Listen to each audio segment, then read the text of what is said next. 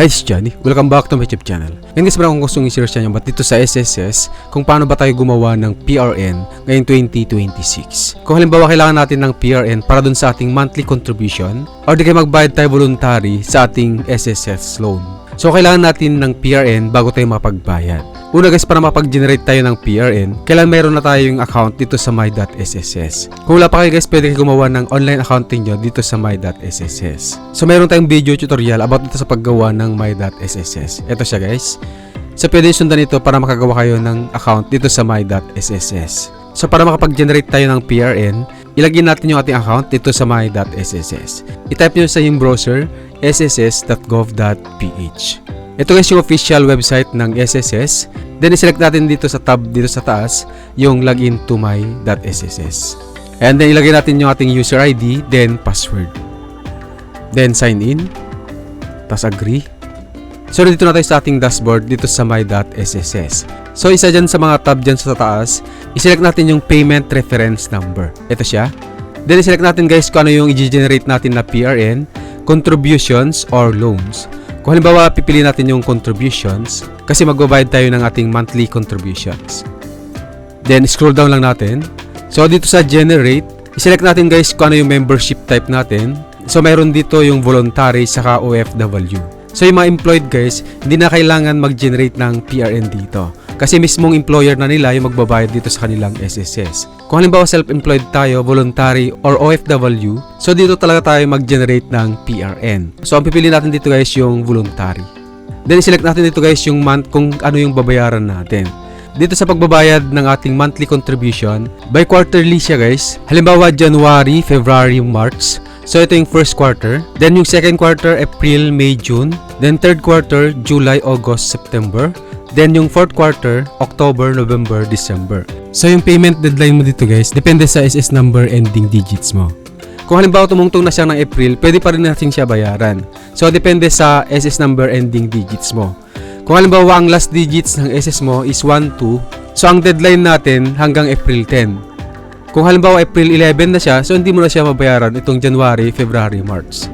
Kung ang SS number ending mo naman guys, yung 3, 4, so ang deadline natin April 15. Then yung 5, 6, deadline natin yung April 20. Then 7 to 8, yung deadline natin yung April 25. Then halimbawa 9 and 0 naman yung ending ng SS number mo, yung deadline mo is end of the month ng April.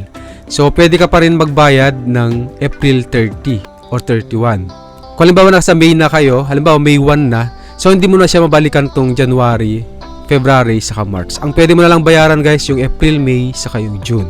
So ganun po yung patakaran ng pagbabayad ng monthly contribution dito sa SSS. Mayroon tayong sinusunod na payment deadline. Halimbawa guys, mag-generate tayo ng PRN ng April. So select natin dito sa members type, voluntary. Then i-select natin yung April, applicable period 2. So gawin natin April. Then sa contribution, so i-select natin guys kung magkano yung contribution natin monthly. So ang pinakamababa na contribution ngayong 2026 is 750. Then pinakamataas naman guys, 5,250. So halimbawa i-select natin yung 750. Then click natin yung generate PRN. Then click natin yung pay. Then dito sa choose a payment method, so i-select natin dito yung bilyero. Then click natin yung continue. Ayan, payment checkout summary. Sa bandang baba, click natin yung next.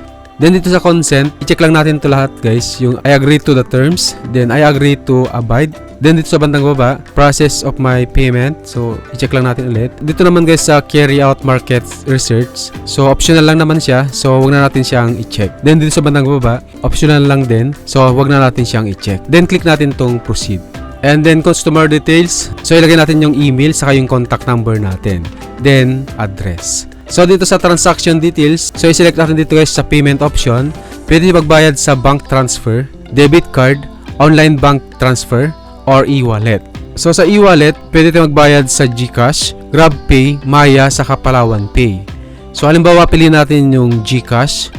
So mayroon siyang convenience fee na 23 pesos. Kaya mangyayari ang babayaran natin dito guys, 773 pesos.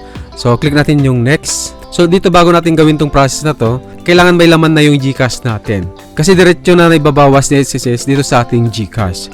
So open lang natin yung ating GCash, then i-scan lang natin yung QR code na ipapakita sa inyo ni SSS. Then after nyo ma-scan guys, i-confirm nyo sa inyong GCash para mag-proceed yung transaction. So after nyo ma-confirm sa GCash, so magiging successful na yung ating payment. Then mapupush yung ating payment real time. So makikita nyo kagad sa inyong SSS kung pumasok na yung ating payment. And guys, nila na ipag-generate ng PRN para dun sa ating monthly contribution ngayong 2026. I hope na nakatulong yung ating tutorial at sana nasundan ninyo. Kung may mga katanungan kayo guys, pwede nyo comment sa ating comment section below para masagot natin. Kung bago lang kayo sa channel ko, please click the subscribe button and hit the notification bell para lagi kayong updated kung may mabago tayong tutorial na upload sa ating channel. Maraming salamat guys, see you next time, bye bye, God bless.